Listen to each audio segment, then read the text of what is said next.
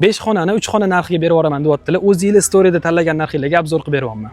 Dahshat, wow narx lekin qaranglar, holni kattaligini qaranglar.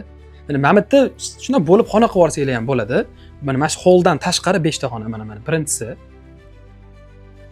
Tan olaman, remontlar unaqa zo'r holatda emas, lekin narxi rostdan ham wow holatda. Storyda o'zingizlar tanlagan narxlarga obzor qilyapmiz. Sanuzellari bo'ladi. Yana bitta xona, bu yerda yana bitta xona. Hop, kiraverishdacha bunaqa joyi ham bor ekan. Garderobning joyi bor ekan. Mana polniy mana shu shkaf, bu tarafda mana yana bitta mana hojatxonasi bu yerda.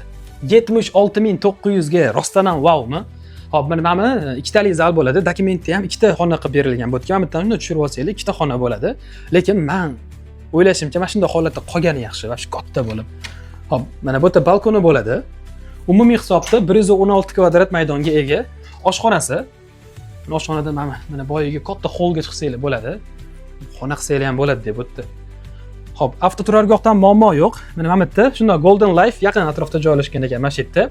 Korzinka bor, hamma narsa bor ekan atrofida. Aniq lokatsiyasini Telegram kanalimda qoldirdim, rasmlari ham bor o'tdi. Mana shunday pastida do'kon bor ekan. Bu tarafda mana Sergeli dehqon bozoriga chiqib ketsanglar bo'ladi.